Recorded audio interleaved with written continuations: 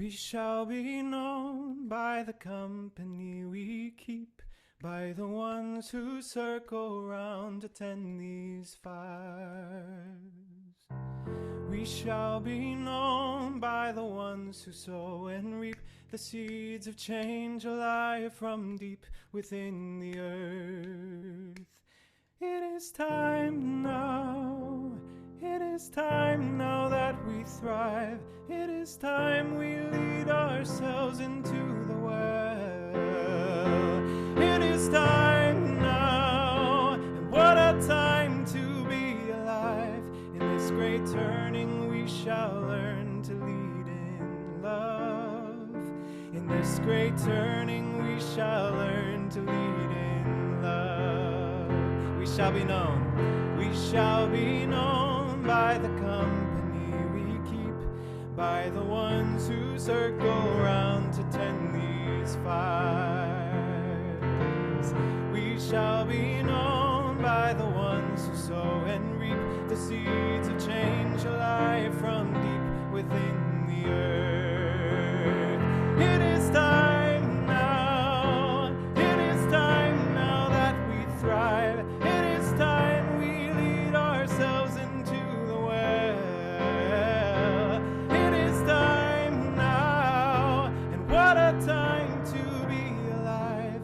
In this great turning we shall learn to lead in love. In this great turning we shall learn to lead in love.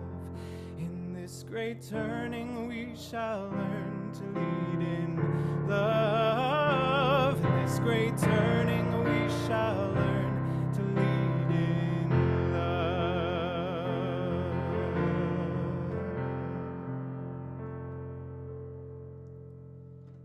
Amen. Thank you, Pax. And good evening, friends. Welcome to this gathering called Weaving Threads in a Time of Unraveling, an evening with Sherri Mitchell. Whether you are someone who participates regularly in programs of the BTS Center, or you're finding us for the very first time this evening, we're delighted that you are with us this evening. Special greetings to those of you who have just completed a book study with the BTS Center, reading together The Nutmeg's Curse by Amitav Ghosh. We're glad that you are with us this evening. My name is Alan Ewing Merrill. My pronouns are he, him, and I serve as Executive Director of the BTS Center. And on behalf of our Board of Trustees and our staff team, I'm so glad to welcome you to this evening's gathering. The BTS Center is an organization based in Portland, Maine, growing from the deep roots of Bangor Theological Seminary, roots that run more than 200 years deep. Today, we seek to cultivate and nurture spiritual leadership for a climate-changed world. And we do that by offering programs of spiritual and vocational formation, things like workshops and retreats, learning communities and conversation circles, projects of applied research, and public conversations like this one. Tonight, we're so glad and grateful for our partners, the Damascus Project, Water Spirit, and Creation Justice Ministries. Leaders from all three of those organizations are in the Zoom room with us this evening. So let me take just a moment to introduce my colleagues who are joining me this evening. In a moment, you'll hear from Reverend Nicole Dieroff, Associate Director of the BTS Center. We're also joined by Kay Ahmed, our Operations Manager. She's attending to technology and lots of things behind the scenes. Also, Ash Tiemann and Allison Cornish, who are serving as our chat chaplains. You'll see their words popping up in your chat box from time to time. A few moments ago, you met our incredibly gifted event musician, Pax Wrestler, who will be back in a couple of times to lead us in song. And of course, we're honored to have with us this evening our speaker, Sherri Mitchell, whom you'll meet in just a few moments, as well as our three conversationalists. I'm logging in this evening from Portland, Maine. But of course, long before anyone knew this place by that name, this has been the homeland of the Wabanaki, the people of the Dawnland, the Maliseet, Mi'kmaq, Penobscot, and Passamaquoddy tribes who have stewarded this tract of earth, its forests, its rivers and lakes, its ocean waters and islands for thousands of years, maybe 12,000 or 15,000 years. And so at the beginning of our gathering this evening, we pause to acknowledge this truth and to acknowledge the repeated and ongoing violations of sovereignty, territory, and water perpetuated by settlers like my ancestors and like me that have led to great suffering since colonization began around 400 years ago. May we, in the various places where we live, support our Indigenous kin in their efforts for land and water protection and restoration, for sovereignty, and for cultural healing and recovery. As we begin tonight, I want to invite you to open up the chat box, and we'll take a few moments just to hear from one another. And so first, I would invite you to share in the chat, if you'd like to, where are you logging in from? You can share that in whatever way is meaningful for you. If you happen to know the Indigenous lands that you're on, you're welcome to share that as well. Where are you logging in from? I see Buffalo, New York. I see Western Massachusetts, Wells, Maine, also known as Webhanet, Penobscot Land, Oakfield, Maine, lots of Maine places. Central Pennsylvania, Pittsburgh, Englewood, Colorado, Machiagone, now mostly known as Portland, Maine, High Point, North Carolina, Charlemont, Massachusetts, Kansas, the Bronx, New York, and many, many other places, Texas. Lots more in California. We're spanning this continent. Keep writing in the chat if you wish to. And the second question that I invite you to respond to in the chat, what is one thing you hear Earth or our other than human kin saying to us right now? Take a moment to respond to that question in the chat if you wish. What is one thing that you hear Earth or our other than kin saying to us right now? Pay attention, listen, stop hurting me. I love you. Drink deeply. Be ready to be born anew. Listen to nature's wisdom. Let's connect.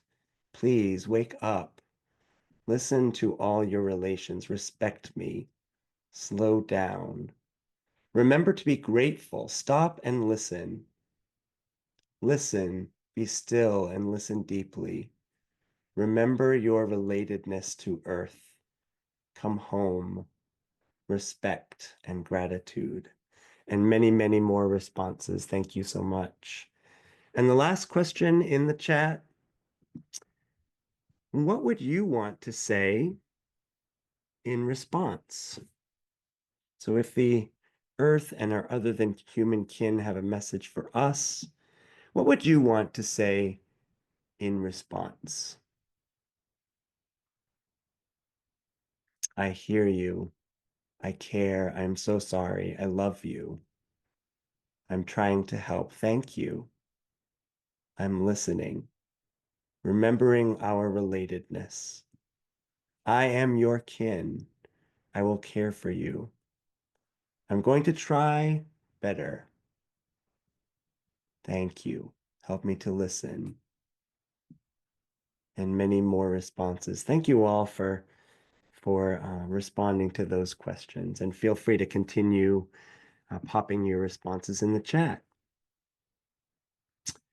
Just a few words about the shape of our event this evening.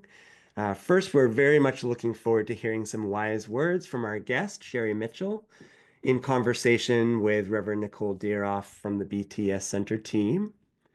And then we'll be joined by three conversationalists, Christina Lizardi-Hajbi, Avery Davis-Lamb, and Stephanie Perdue, who will offer a few words in response. And after we've heard from each of the three, we'll bring them all together with Sherri and Nicole for some five-way conversation. And in between, a few different times, we'll enjoy some music with Pax.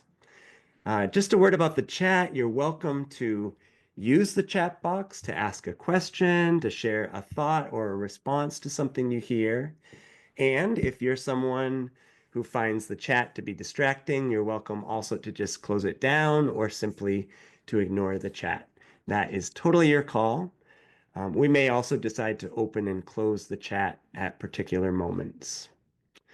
So again, welcome. And now it's my pleasure to introduce Reverend Nicole Deeroff, Associate Director here at the BTS Center. Thank you, Alan. And it's my distinct pleasure to introduce Sherri Mitchell. Wana Hamu Gwaset. Sherri is an Indigenous attorney, activist, and author from the Penobscot Nation. She is the recipient of several human rights awards, and her portrait is featured as part of our friend Rob Shetterly's project, Americans Who Tell the Truth. And as we see this image of Sherri, Rob always includes a quote. So I want to read to you what's on here. Sherri says, "Rights and responsibilities cannot be separated. Every right that we stand upon must be balanced by a set of corresponding responsibilities. We cannot legitimately make a demand unless we are willing to take responsibility for creating a world where that demand can be met." Sherri is the author of this book, Sacred Instructions, Indigenous Wisdom for Living Spirit-Based Change. I read this book a few years ago and reread it, preparing for tonight. And I have to say, if it's not part of your library yet, I highly, highly recommend it. Sherri also is a contributor to this book, which, as you might be able to see, has a lot of Post-its in my version. All We Can Save: Truth, Courage, and Solutions for the Climate Crisis. Sherri's article, Indigenous Prophecy and Mother Earth, is one that we recently recommended our 140 eco-preachers read in preparation for a session on kinship. In addition to serving on numerous boards and committees, Sherri is the founding director of the Land Peace Foundation, an Indigenous educational organization that focuses on Indigenous leadership, environmental justice, land rematriation, and kinship building.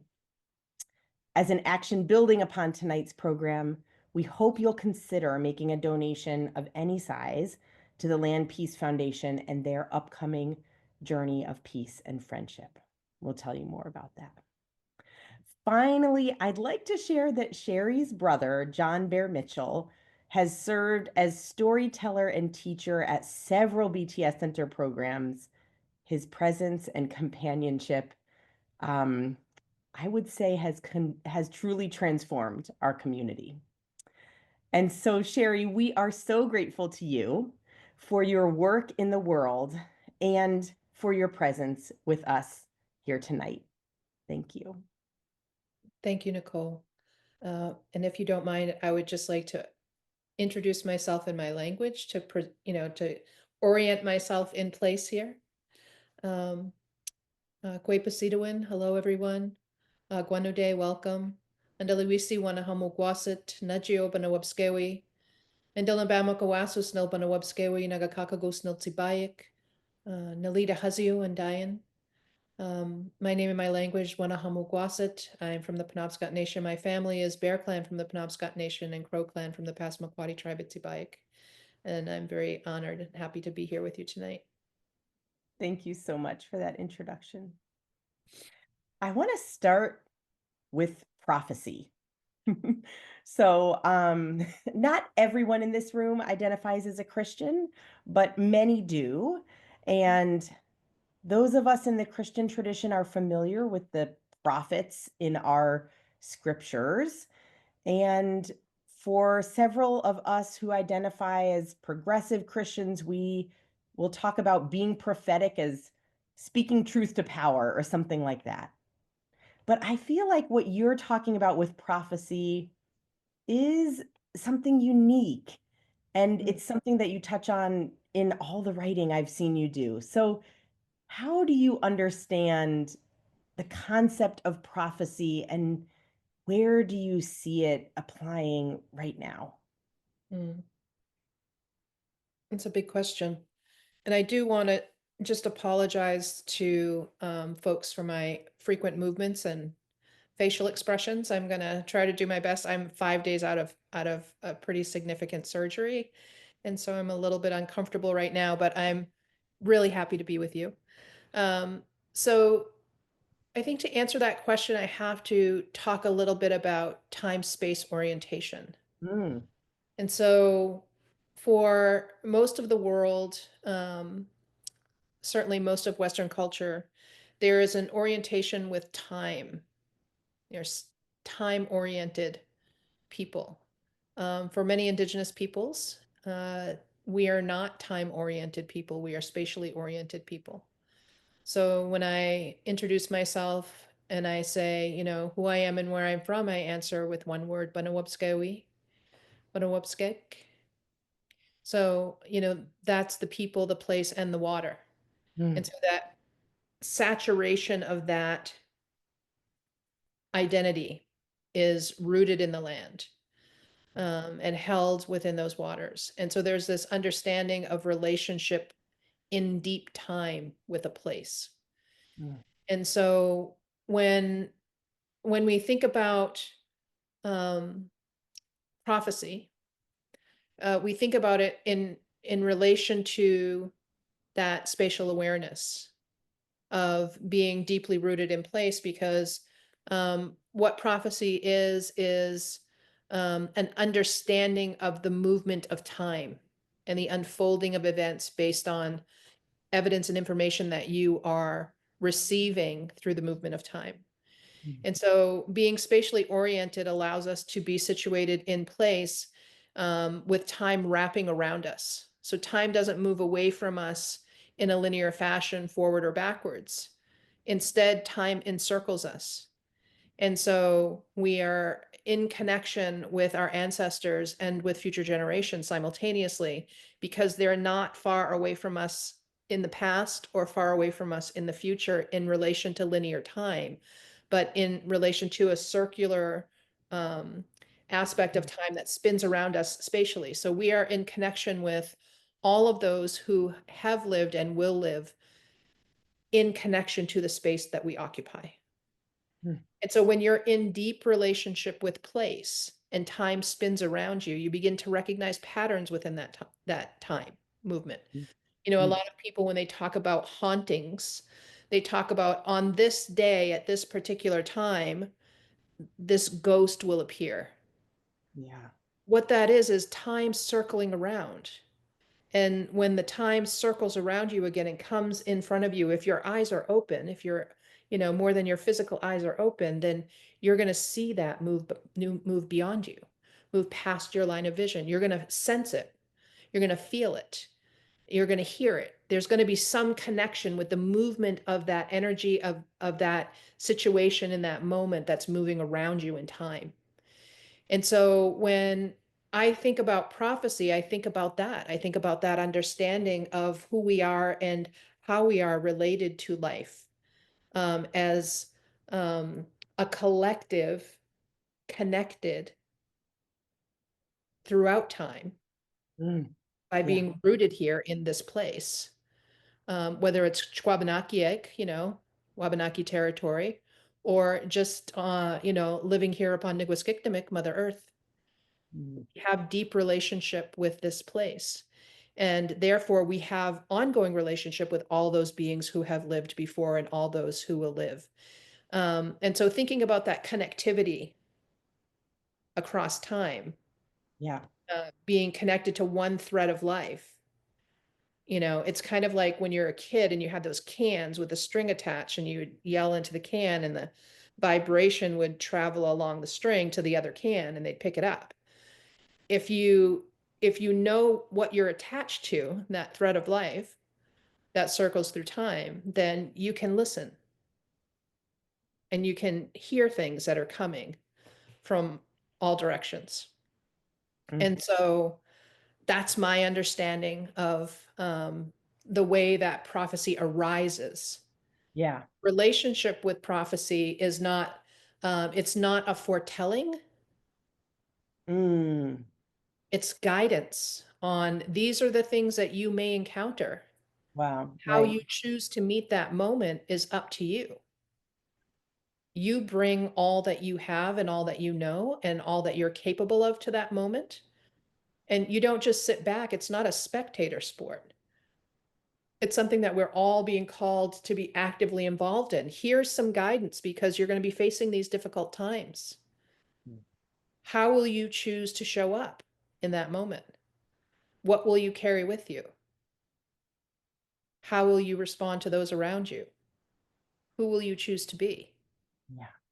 So that's, in a nutshell, Mm. how I connect with and understand prophecy.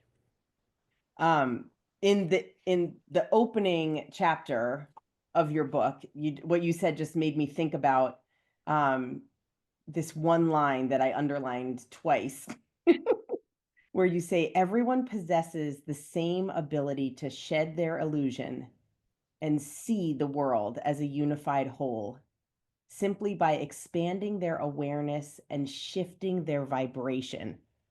Oh man, shifting their vibration. That is not that's not language that I use. And what you just described is so poignant in terms of can we attend to what's pulsing, what's vibrating? Mhm. I mean, one of the things that we know to be true is that vibration and frequency create form. Mm. You know, vibration and frequency arrange matter. This is something that we've talked about for a long time as Indigenous people. And, you know, people patted us on the head and said, oh, aren't you cute? Hmm. And now it's an understanding that's based in quantum physics. And so, you know, there's this understanding, this depth of awareness about the way that vibration and frequency create form. Our oral traditions are based on that understanding, not because we lacked an ability to write, but because of an understanding of the deep scientific potency of vibration and frequency being one of the fundamental elements of creation. Hmm. And what is our responsibility? Because we've all, you know, seen the emergence of the law of attraction and you know what some people are calling the abundance gospels because you know the only purpose for us to create is to have more, right? um, so this kind of kindergarten mindset about materialistic uh, hoarding that people associate with any ability that they have, everything that they have they want to commodify so that they can have more.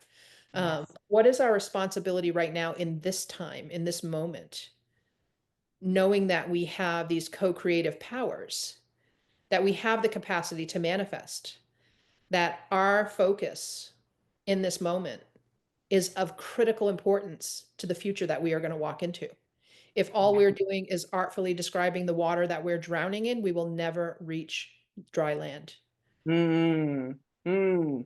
Okay, now I get to read another piece that you just made me think of, which is your 80-10-10 rule. Right. You wrote this a few years ago, but I bet you still follow it. I've talked about it a lot lately. And Share it with us. Yeah. yeah, I'm in negotiations right now for for a new book, for my new book, um, which is called Rise Wild, uh, Mm. which is you know, a delayed follow-up to Sacred Instructions. But it's timeless, right? We have to understand that how we direct our attention and our emotion simultaneously has powerful effect. Yeah. And so we can't just, you know, sit on our meditation cushions and have, you know, spiritually bypassing moments or, you know, look over and say, oh, those poor people are hungry. I'm going to pray for them. Mm. You know, Mm. that doesn't get them fed, right? So we See, can't, now I want to be like, preach, but you're not a preacher in this exact setting. But yes, this is what we need to be hearing, Sherri. Yes. yeah. And so, um, you know, we can't bury our head in the sand and be Pollyannish. Yeah. have to be looking around us and seeing what's been set in motion, because there are things that have been set in motion that will cause real harm if they're not attended to. Yeah. And the laws of motion tell us that an object that has been set in motion will remain in motion unless it comes in contact with an equal or greater force. Guess what? We are that equal or greater force. So the things that have been set in motion will continue to move until we come and step in the path of that, stop that motion, rearrange and redirect the vibration and frequency of that energy, and send it in a new direction. So the 80-10-10 rule is we need to take 10% of our time looking around and seeing what's been set in motion that's causing harm. Mm. And then we need to expend another 10% of our energy standing in the path of that, stopping that harm from occurring. And that stand has to be a stand that is steeped and grounded in an awareness of the sacredness of life. So it's not a violent force. It's a force that is just enough to stop what's coming towards you and stop it from creating harm without purposely harming another. And then we need to use 80% of our time focusing on breathing life into the world that we actually want to inhabit and actively taking steps in the world to build that world, to make sure that we can walk into it as flesh and blood. Thank you for this teaching for us tonight. Before we bring some others into the conversation, I want to just give you a chance to tell us a little more about what is coming up for the Land Peace Foundation as an example of, I think, how you're trying to spend 80% of your time. Yeah, the Land Peace Foundation has a number of educational programs. So this is kind of an aside for us. This is a passion project. So, you know, we run 2 fellowship programs. We have a land rematriation program, and we do a lot of community and kinship building programs. The event that we have coming up is a journey of peace and friendship. And we all know at this moment in time that what we feed grows. Yeah. And so we have made the decision that we at the Land Peace Foundation, as an organization, we had a meeting a while back that we are not going to live in opposition to what we don't want. We are not going to identify ourselves based on a contrast to how someone else is choosing to identify themselves. We are going to stand up in the full light of who we are, and we are going to choose to focus our energy and our attention on uplifting moral courage, kindness, connection, compassionate awareness, acceptance, love, deep care, friendship building, recognizing that we have incredible power and agency to build something that we all consciously want to build. I was at a conference one time with Frances Moore LePay, who is another environmental teacher, and she asked us, and I was always struck by this question. It's stuck with me ever since. Why are we collectively building a world that none of us would individually choose to live in? And so the question right now is, do we have the courage to self-identify and stand up in the values that we hold most dear with moral courage to be more loving, to be more kind, to shine our lights brighter, to not cower in the face of darkness, and to give a beaming example of the world that we most want to inhabit? Because we are being bombarded every day with countless messages that are telling us that that world is distant on the horizon. Yeah. And it's as present as our face in the mirror.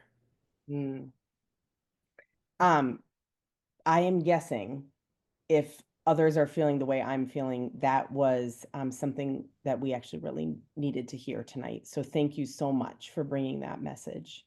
Let me tell you about the journey of peace and friendship for 30 seconds. So it's on our website on the event page. It's a 7-day walk, holding the sacred at the center of the walk, because we've become big fans of marching.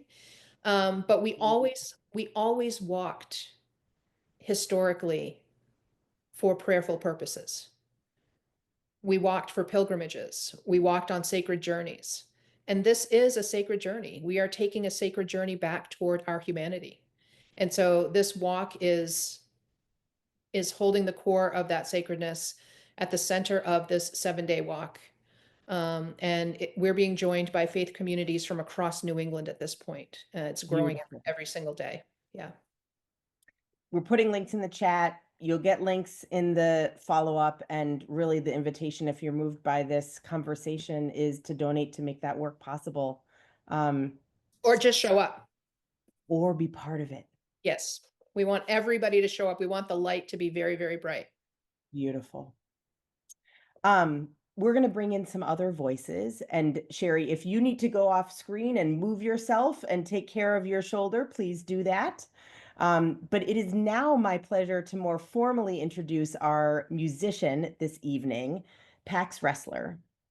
Pax is a non-binary trans femme composer, organizer, and cabaret theater artist who uses music as a participatory tool to invigorate our collective imaginations towards social change.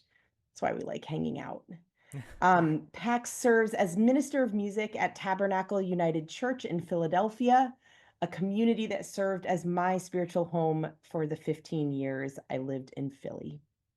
Pax has become famous in BTS Center circles for their original song, The Soil, which they composed for our convocation gathering in 2021, and will be singing later in the evening. Tonight, like right now, Pax will be performing a song they composed specifically for this gathering.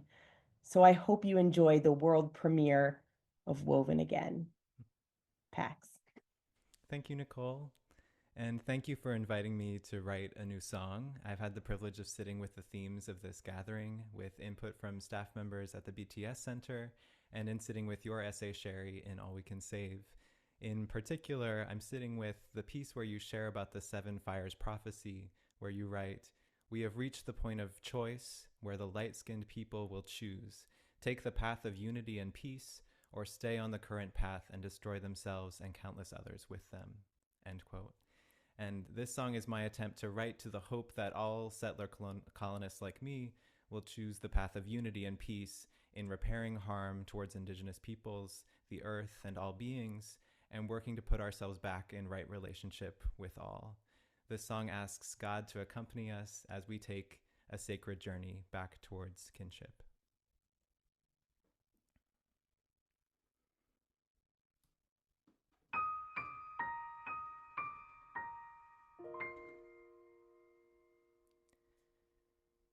God of all beings, seen and unseen, of earth, sea, and sky, and in between, you knit us together, strand after strand, beloved and belonging the same. But God, we've abandoned our siblings, we frayed, and we've torn at the fabric you carefully made, believing we're cut from a different cloth, that we are not kin anymore.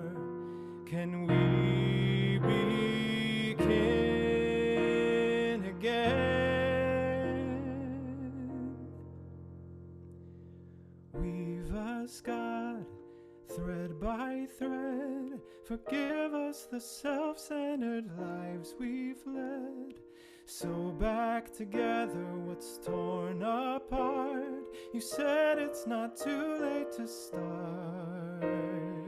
Weave us, God, string by string. Remind us that we're tied to everything. Sew back together what's torn apart. You said not too late to start, to be woven again. God, there are teachers among us today. They call to remind us while we looked away. Mother Earth cries out to shake our belief that we are not kin anymore. Can we be kin again? Weave us, God, thread by thread. Forgive us the self-centered lives we've led. Sew back together what's torn apart. You said it's not too late to start. Weave us, God, string by string. Remind us that we're tied to everything. Sew back together what's torn apart. You said it's not too late to start, to be woven again. Oh God, we vow to be woven now. We won't be afraid, not one more day until our end. We'll strive to mend the harm that we caused, the kinship we lost.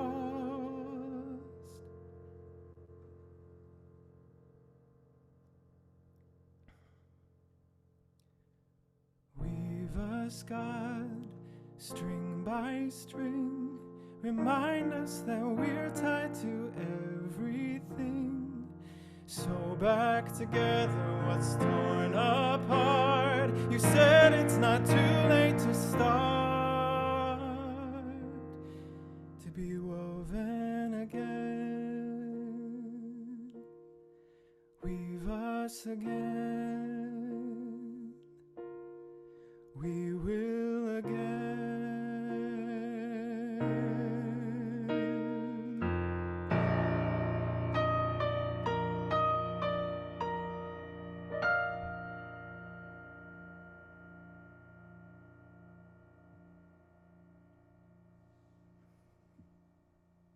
Amen.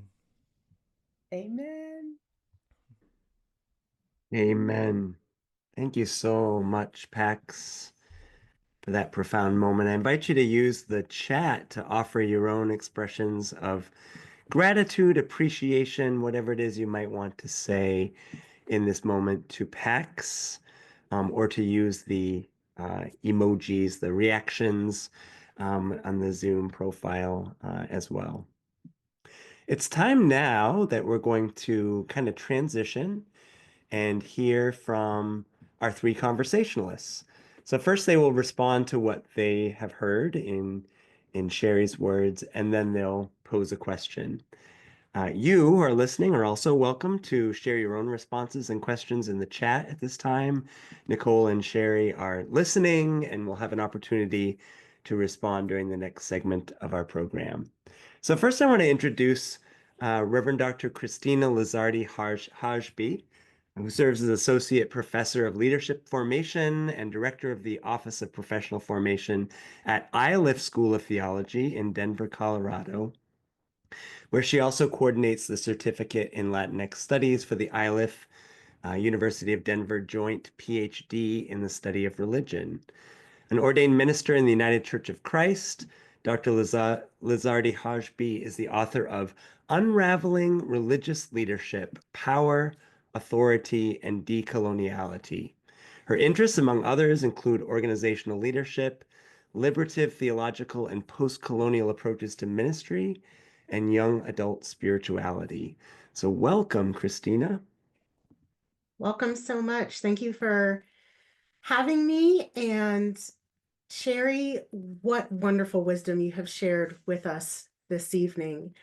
I'm struck personally by your words, and I'm blessed by them. As a Puerto Rican, as a Boricua, I'm most struck by the way that you have shared about how Indigenous knowledge is in alignment with science, and scientists are just now realizing and beginning to learn from Indigenous folks. And I can think of my own ancestors, even my grandparents on the island of Puerto Rico. And for decades, for about 200 years now, monocrop farming has been the colonizing practice on that island. And the gods of the Taino peoples, my ancestors, were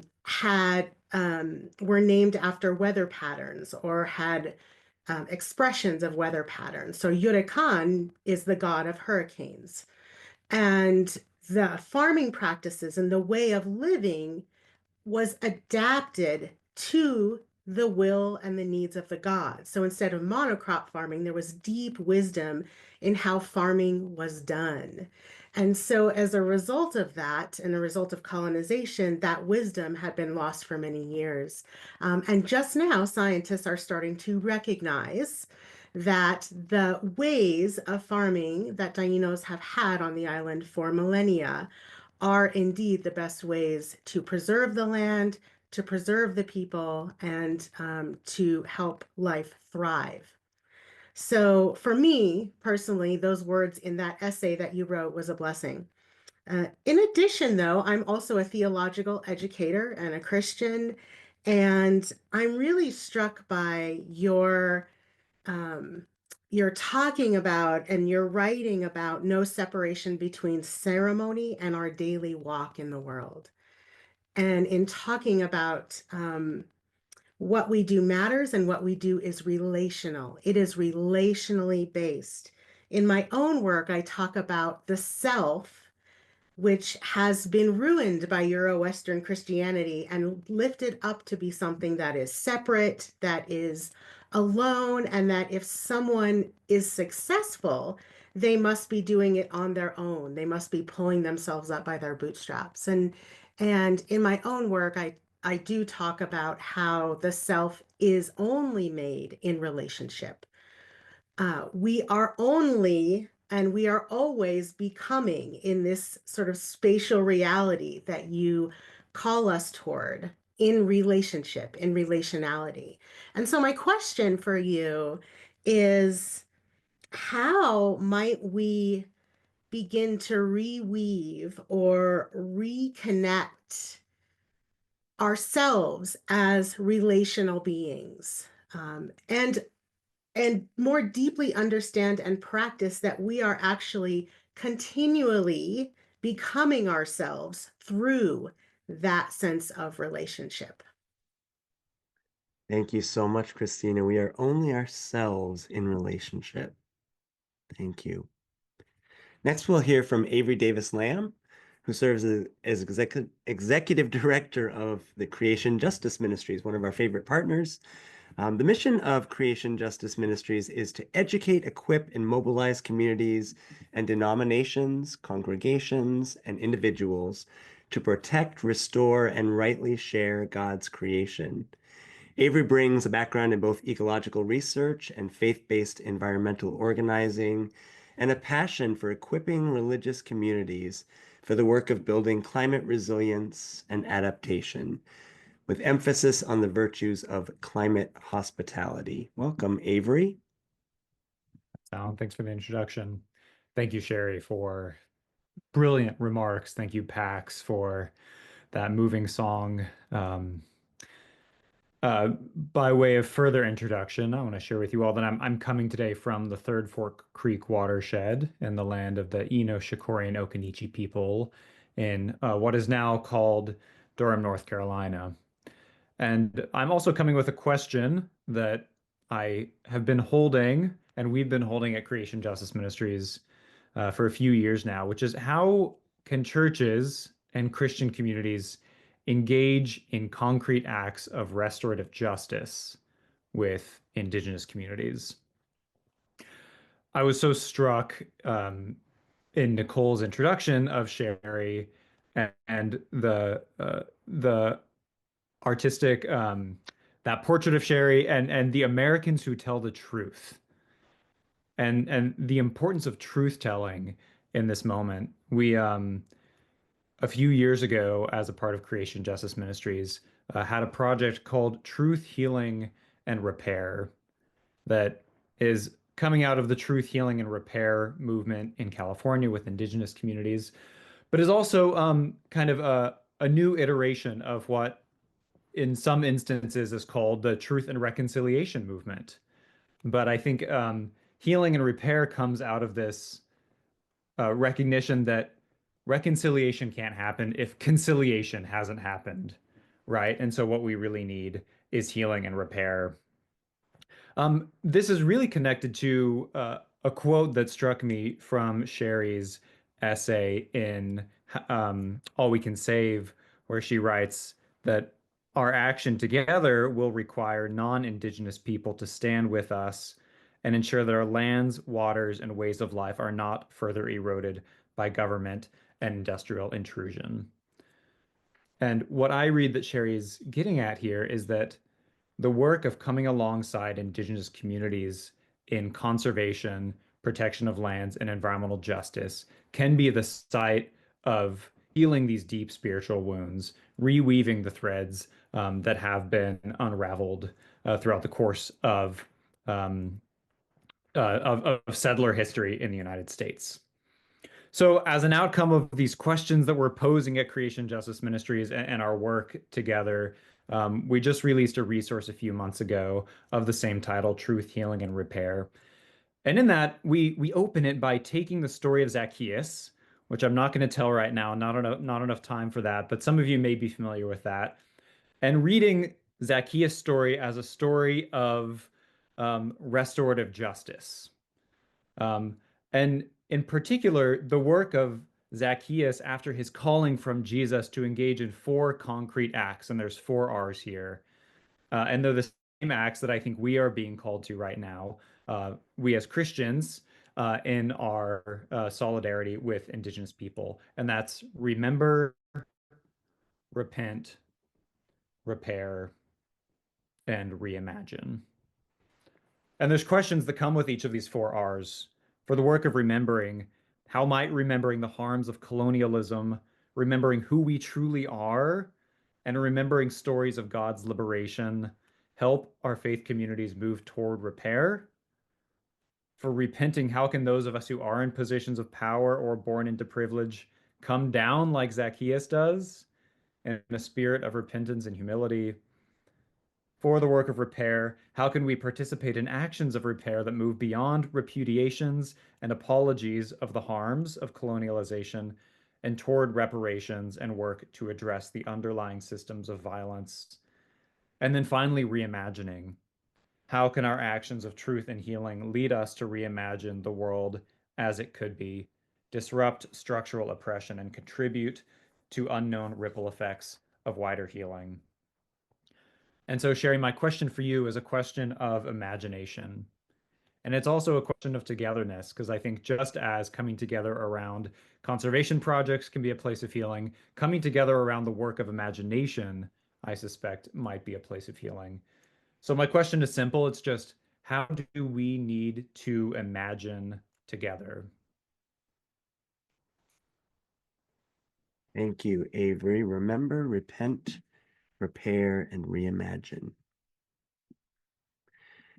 And last, we'll hear from Reverend Dr. Stephanie Perdue, director of the Damascus Project, an online theological education initiative of the Minnesota and Wisconsin Conferences United Church of Christ. Dr. Perdue is an ordained United Church of Christ minister and affiliate faculty member of Garrett Seminary, where she teaches Christian history. Dr. Perdue is a tribal citizen of the Cherokee Nation and serves as president of the board of directors of the Gitchigameen Indigenous Nations Museum. Welcome, Stephanie. Thank you. Thank you, BTS Center, for this invitation. And thank you, Sherri, for your wisdom. I read your book in the past couple of weeks and, read your other essay prior to that. And I'm just very grateful for the way that your voice carries the wisdom of your ancestors and the wisdom of the different struggles that you relate and the stories that you tell us. You're very generous with your stories, both your own. That was one thing that really struck me, both your own personal stories and the stories of other teachings from other elders and other teachers in your life, to kind of entrust those stories to a wider community, and a community that is not, specifically or exclusively Indigenous, in such a gracious way. So I deeply appreciated that. There were a couple things in your book that really struck me, but I think my question is now being reshaped from the conversation you just had with Nicole about space and time and this kind of spiraling of, our ancestors and our future generations. That really captures some of this for me. But first of all, I appreciated you naming in your book that we're not in a post-colonial time, that, colonization is not over. That's probably more obvious in the past few months to certain folks. Other folks know that colonialism never went away, but it may be more obvious to a wider swath of folks in the nation. So I appreciate the kind of specificity with which you've named that, because decolonizing either we're kind of have this idea that colonization is over, or decolonizing is such a metaphor that we're no longer talking about anything concrete, such as land or soil or water or returning land, and the R's that Avery, you just mentioned. So I appreciated that. And in my own context, I'm a Cherokee woman, I'm an educator, I'm a Christian pastor, and I work frequently with churches, UCC, mainline Protestant, largely white identified congregations that want to do well, that want, I think, to learn and even engage in some level of repentance and repair. And I'm often struck that there comes a place in the journey where no amount of extra information is going to kind of touch anything more, that there is a spiritual crisis that you name so well, that is an infection essentially of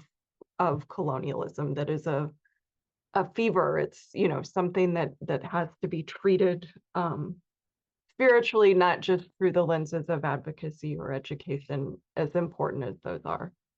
And so one of the places that I often, get stuck in my work with folks who are settler descendants is we will bump up against that place that you named of people thinking of themselves as individuals, where I'm not responsible for what my ancestors did. That was what they did. It's not what I believe, or it's not how I'm living. And when you were, drawing us into this, I drew this kind of spiraling curly Q thing on my page here. When you were talking to Nicole about the way that our ancestors and our future generations are, encircling us in any given moment, it occurred to me that that's a shift in lens that could be helpful in some of the work, Avery, that you're naming, that all of us are naming, that we're trying to work with settler descendant people who hit these blocks of resistance that seem to mean for them that taking the next step of risk becomes very hard, whether that's to risk going further into relationship, whether that's to risk going further into repentance that would lead to repair. And so I'm kind of putting alongside just the incredible generosity with which I felt you told your stories, and you invited people into Indigenous wisdom and Indigenous learning. So my question, I think, is how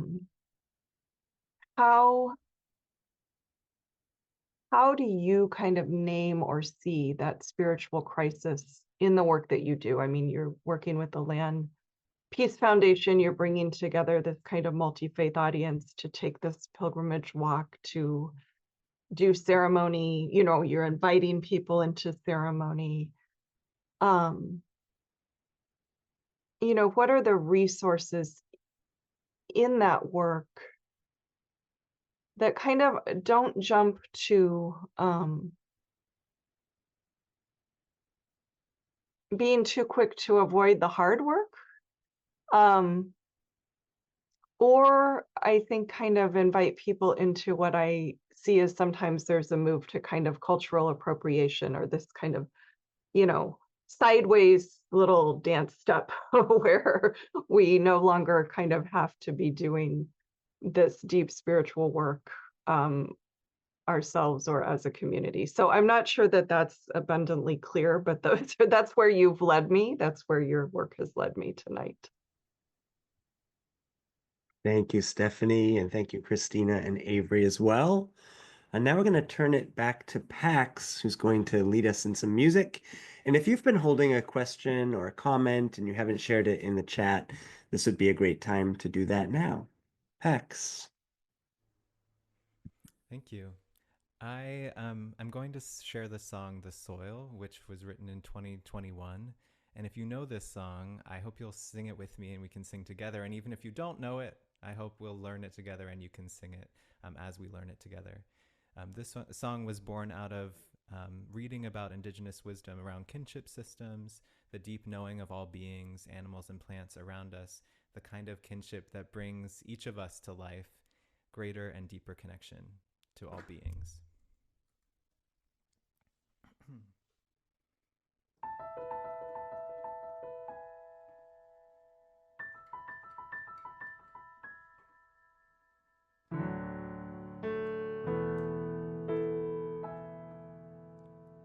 The soil holds the past. It shows us where we've been.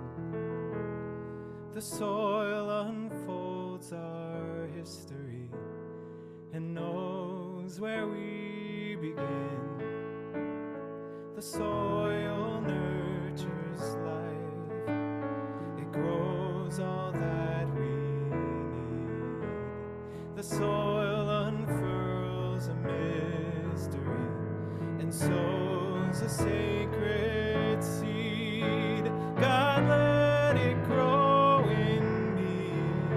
Send down your rain and light, and with your help we'll be the soil to bring the world to life.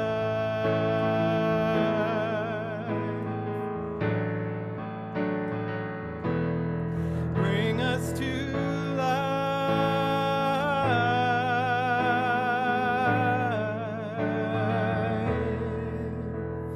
the soil knows what will come.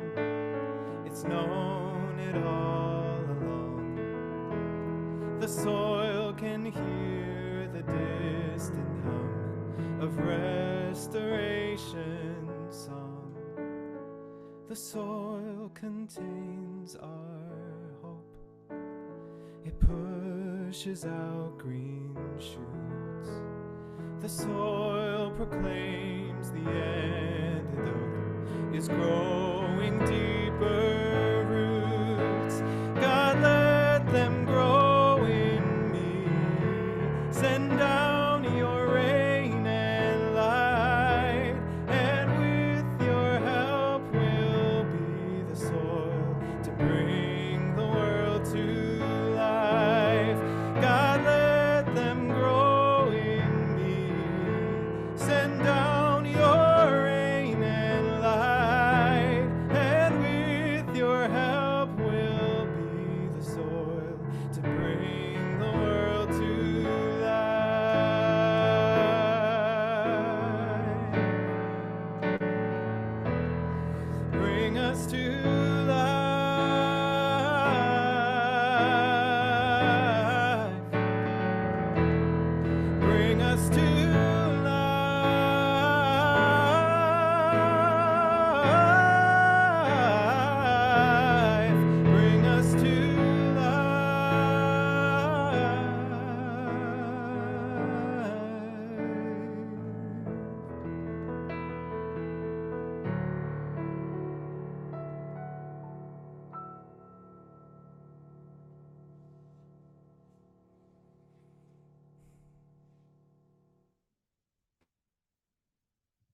Amen, Pax. Thank you. My heart is full with that beautiful song. And my heart is full with all of the sharing from Stephanie and from Avery and from Christina. Sherri, thank you for hanging in with us and continuing to be committed to this conversation, even as you are in recovery, which we will actively pray for you and healing. I wonder, Sherri, what you might want to offer in response. All three questions kind of centered on how, on how, how as individuals, how as churches, how do we do the spiritual thing? Yeah, what might you want to say as we get rolling? Well, first of all, I just want to say thank you to Pax for this incredible music, and for living your creation song and singing these beautiful vibrations out into the world that are changing the structure of our being in real time. So thank you so much for that. Um, and you know, I have things that I thought of with each of the questions and each of the comments that were offered by Christina, Avery, and Stephanie. Stephanie, you remind me of my friend Honor Keeler. I don't know if you know who Honor is. She's also Cherokee, and she has been on the forefront of sacred sites protection and repatriation work forever. She's a very dear friend of mine. And so I figured since you were in a museum, you probably had come in contact with her at least at some point. Um, and thinking about what Christina said about monoculture, this monocrop um, way of farming that is so destructive to our ecosystems. And so if we think about that and we think about the way that colonization has utilized religion to homogenize us, Yes. that has led to the wanton destruction of societies across the globe. When we think about the R's that Avery is talking about, that is at the very heart of it, that destruction of cultures, the destruction of the diversity within the human family. We know that thriving ecosystems are by necessity diverse, that biodiversity is essential to our well-being. And so when we think about the how is, another simple teaching from Indigenous tradition, which is, we are people of the circle. And so we come together in circle and everybody sits around in the circle and everybody talks until there's nothing left to say. And what that does is it helps us bit by bit to flesh out the thing that is before us, the question in the center of that circle. Our understanding of it is enhanced by every person that speaks around that circle until But what finally, if that takes a long time? so what? Where are you going? Right. And if you're going in a hurry, you're going to go wrong, right? You're going to end up having some misfortune will befall you along the way. It's guaranteed. And so, and that's the whole premise behind Indian time, is taking the amount of time that's required to make a good decision. That's also in sacred instructions.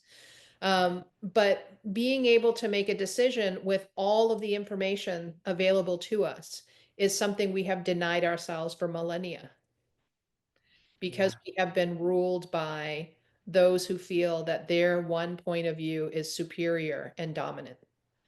And they have used violence to enforce their view upon the rest of the world. And so I think the how is to let go of the superiority complex that's often attached to religion, and to accept that there are many paths up the mountain, that there are many names and many faces of God, and that we have much to learn from one another. And so if we want to be able to benefit from the learning that we have to offer one another, then we have to be open to believing that what someone else has to offer is more than quaint. Yeah. That there's real wisdom to be found in every seat around the circle. And so I think that is the how. It's that humbling that Avery talked about in action. It's accepting that, I have this one way of seeing and believing that dictates my way of being in the world. That might be different than yours, but it's not superior. Yeah. And that the experiences that I'm going to gain through my immersion in that way of being and way of seeing and way of knowing can deeply benefit you, as can your way of knowing and seeing and being benefit me, if we are willing to share with one another from a place of real equality, respect, and mutual acceptance. Yeah. I That's the mean, how. yeah. Yeah. Christina, I kind of want to bring you in at this moment just because we've been getting to know you as someone who cares a lot about decolonizing Christian religious leadership. And I just wonder how what Sherri just shared lands in that work that you're about. Yeah, it resonates in many powerful ways. So thank you for that additional teaching, Sherri. I think part of what I talk about is in my own work is ways of certainty versus ways of curiosity. And how do we practice curiosity, especially those of us who have um, settler histories, settler narratives. How do we let go of certainty? And that is sort of this sort of self, like I have all the wisdom, I know the best way, I know the right way to do this, and I'm certain of that way. And how do we move into this?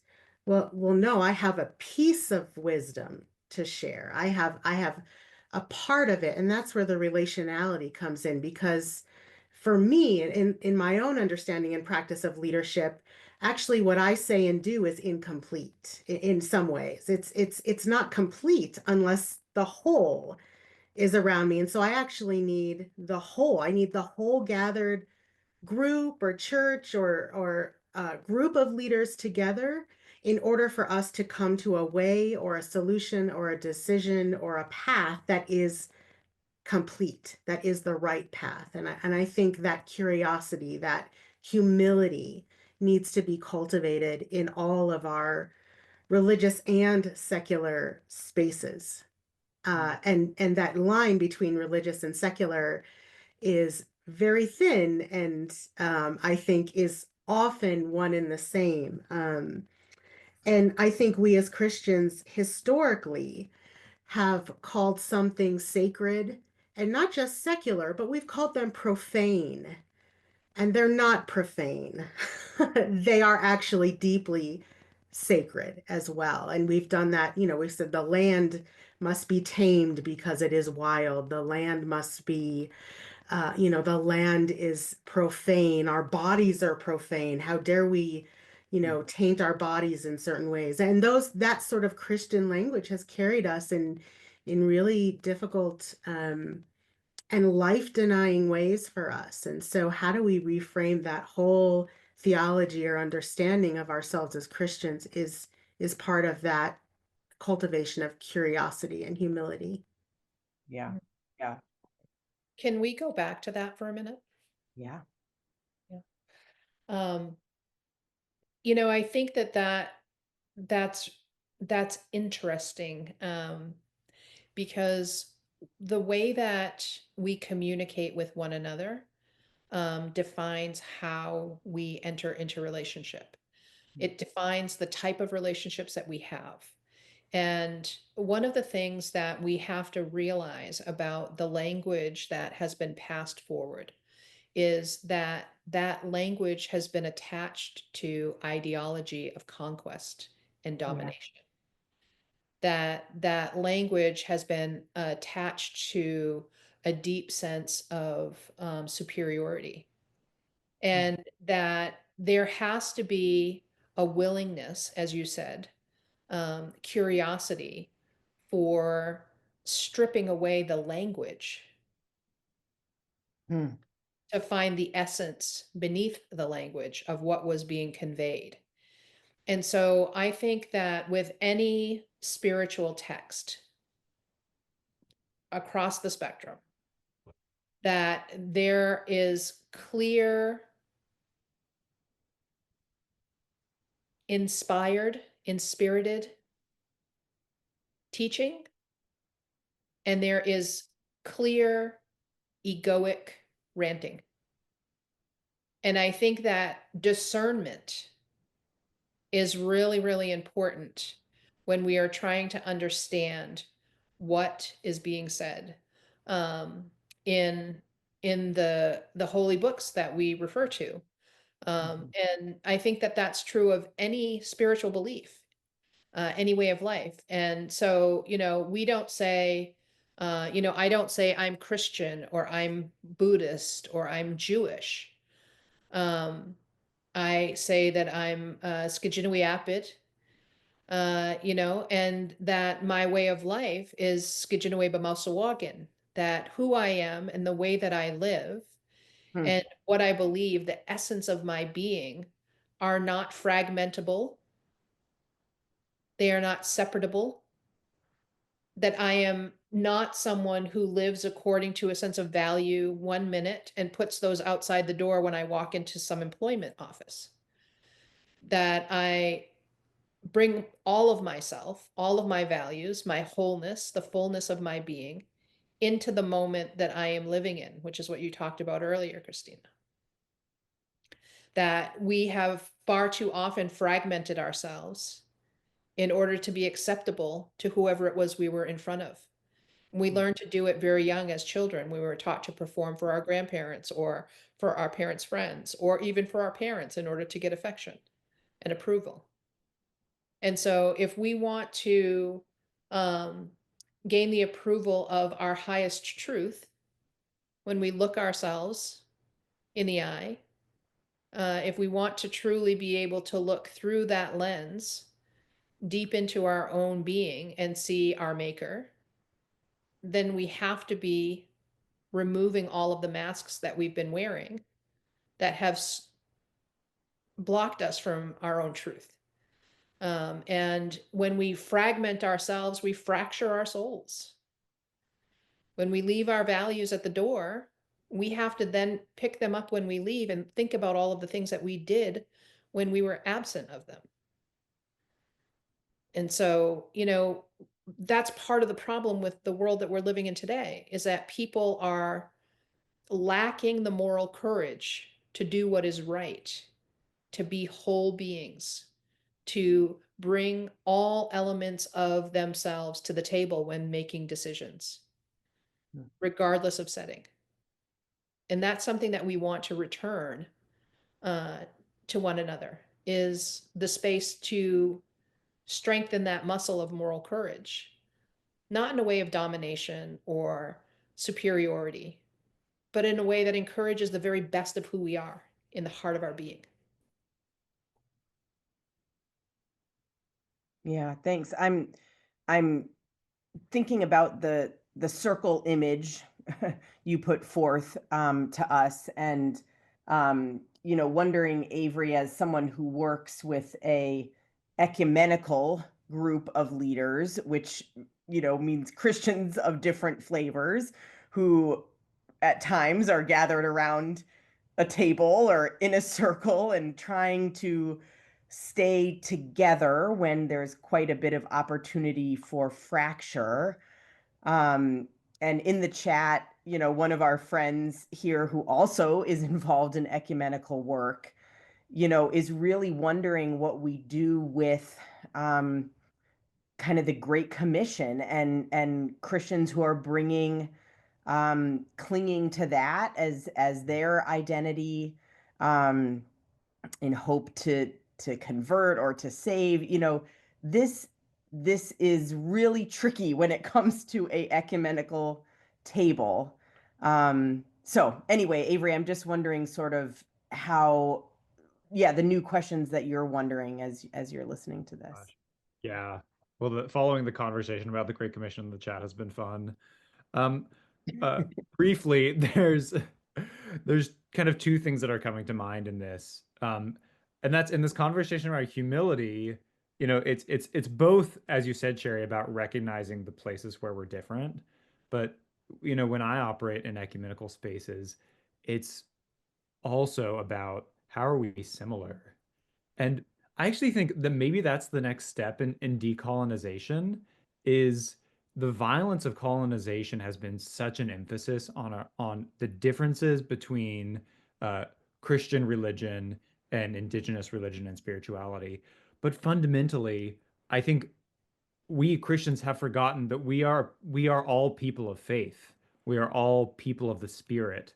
And that's not to diminish the differences, and it's not to appropriate indigenous spirituality. But I think there is that work of remembering. This is one thing that we need to remember is that the spirit flows through all of us, and it flows through us in different ways and through our traditions in different ways. But I wonder if we remember that, if that would crack something open for us.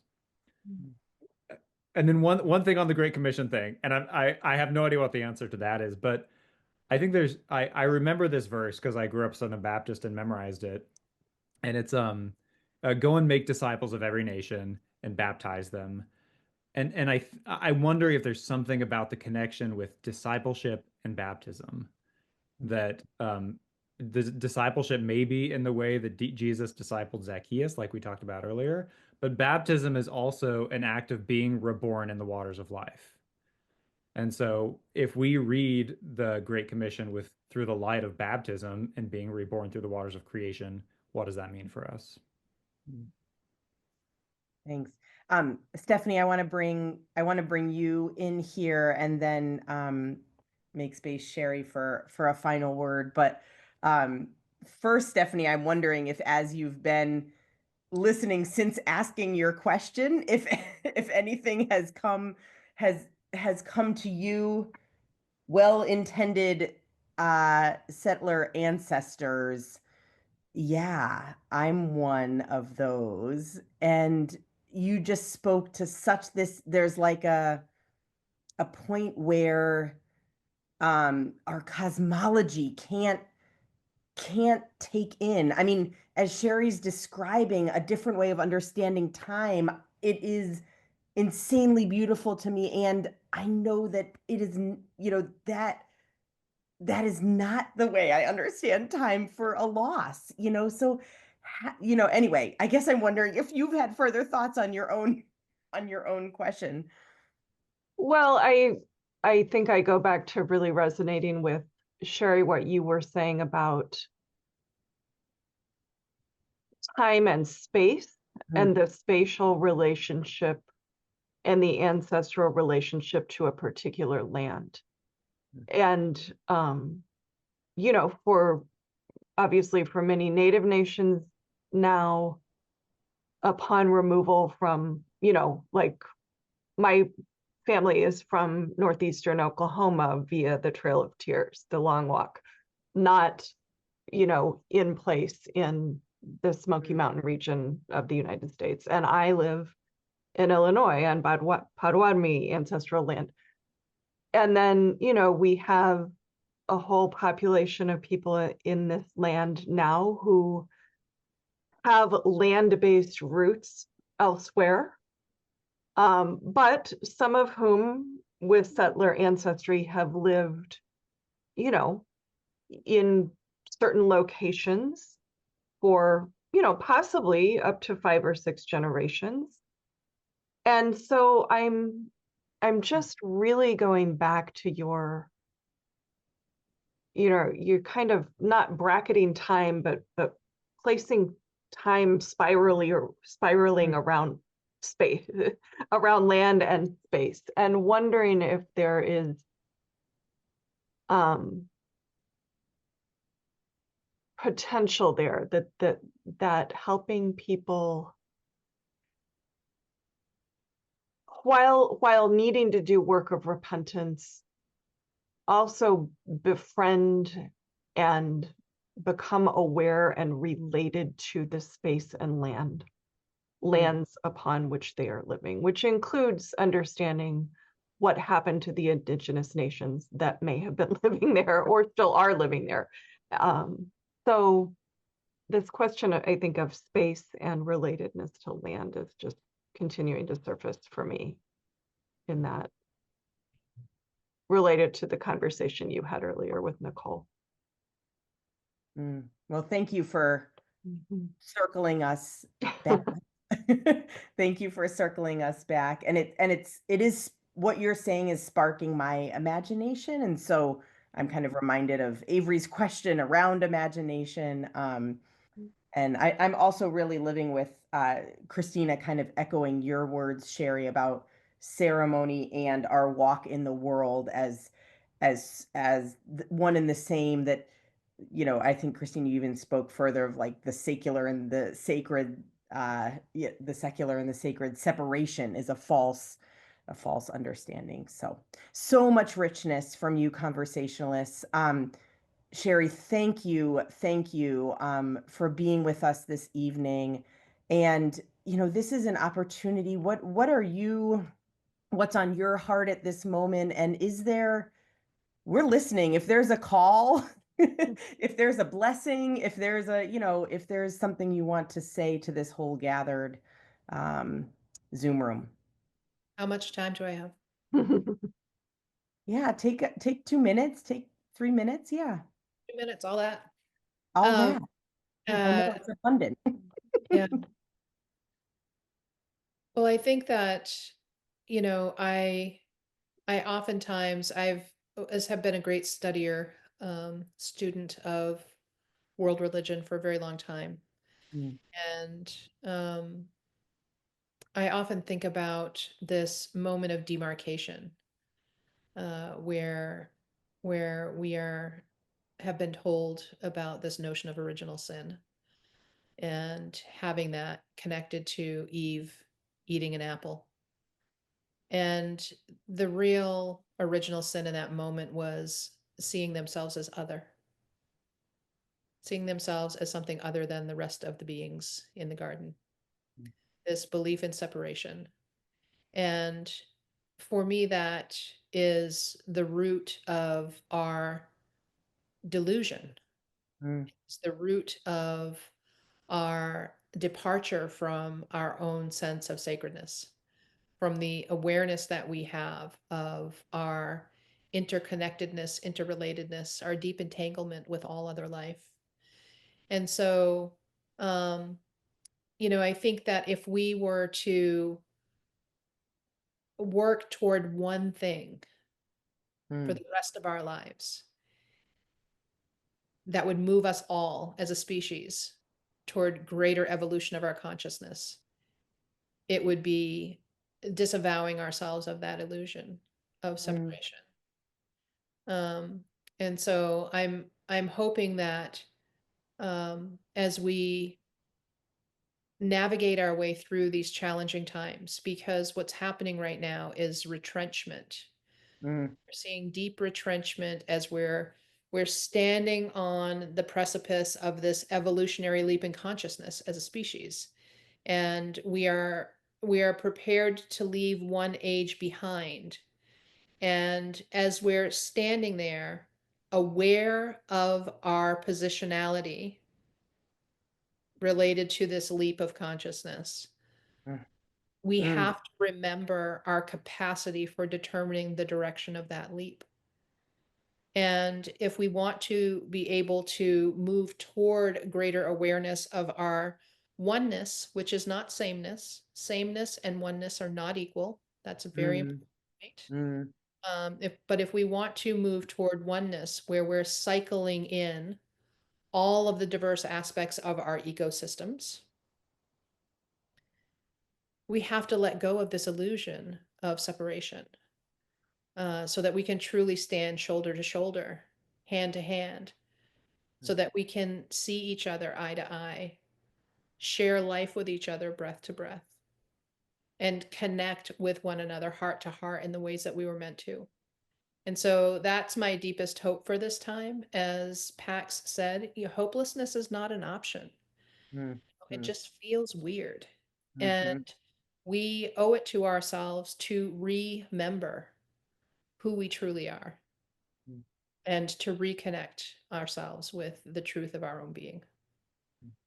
So I'll say that much, and I'll also say that colonization, decolonization work, and anti-oppression work are very different things. And I think that the two terms are oftentimes used simultaneously. Decolonization work is only related to the dispossession of peoples from their lands and the return of those peoples to those lands. So I just want to drop that little bit of knowledge too, because I think that's often misused. But you know, as we're thinking about our reconnection to Mother Earth, our reconnection to the land, that decolonization work is about reconnecting our hearts to the heart of Mother Earth, recognizing that we are just creatures in a living world with all of the other creatures, and that we share the same desire to continue living into the future.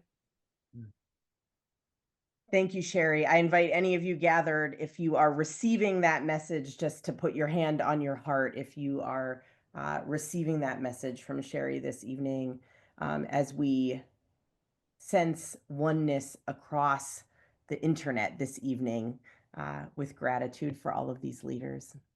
Alan, please bring us into our time of closing. Well, my hand is on my heart, and I'm filled with gratitude for the wisdom that you've shared with us tonight, Sherri. And thank you also to our three conversationalists, Christina, Avery, and Stephanie, and of course, to Pax. And many thanks to all of you for being with us in this community this evening and for contributing in the chat to our conversation and just bringing your hearts and your minds to the important matters that we've begun to discuss tonight. We'd love to have you continue journeying with us, and I have three very quick invitations. You'll find more details in the chat. The first is for those who may be within driving distance of Southern Maine, and that is our Green Teams Gathering coming up on Saturday, June 21st. So click on the link and learn more about our Green Teams Gathering. Secondly, you're invited to join us for our next seasonal online worship-filled gathering. This is part of our Lament with Earth series, and the next session is coming up on June 4th. Click on that link and you can learn more about Lament with Earth. And finally, I want to encourage you to subscribe and listen to the BTS Center's podcast, Climate Changed, where we explore what it means to live, love, and lead in a climate-changed world. You can find Climate Changed wherever you access podcasts, Google Podcasts, Spotify, Apple Podcasts, all the platforms, or at climatechangedpodcast.org. And if you like what you hear, be sure to share with a friend. And now I'm going to turn it back to Pax for a final song. Sing with me on this very easy to learn song. This is a Guatemalan traditional song about deep peace falling over us, God's peace growing in us with the peace of the earth, the peace of the heavens, the peace of the rivers, and the peace of the oceans. And I invite you to do some motions too. It's nice to put our bodies into what we're singing as well. So these motions are deep peace falling over you, God's peace growing in you. The peace of the earth be with you, the peace of the heavens too. The peace of the rivers be with you, the peace of the oceans too. Deep peace falling over you, God's peace growing in you. The peace of the earth be with you, the peace of the heavens too. The peace of the rivers be with you, the peace of the oceans too. Deep peace falling over you, God's peace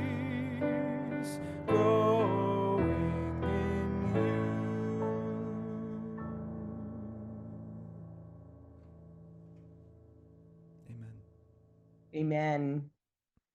Friends, thank you for being a part of tonight's gathering.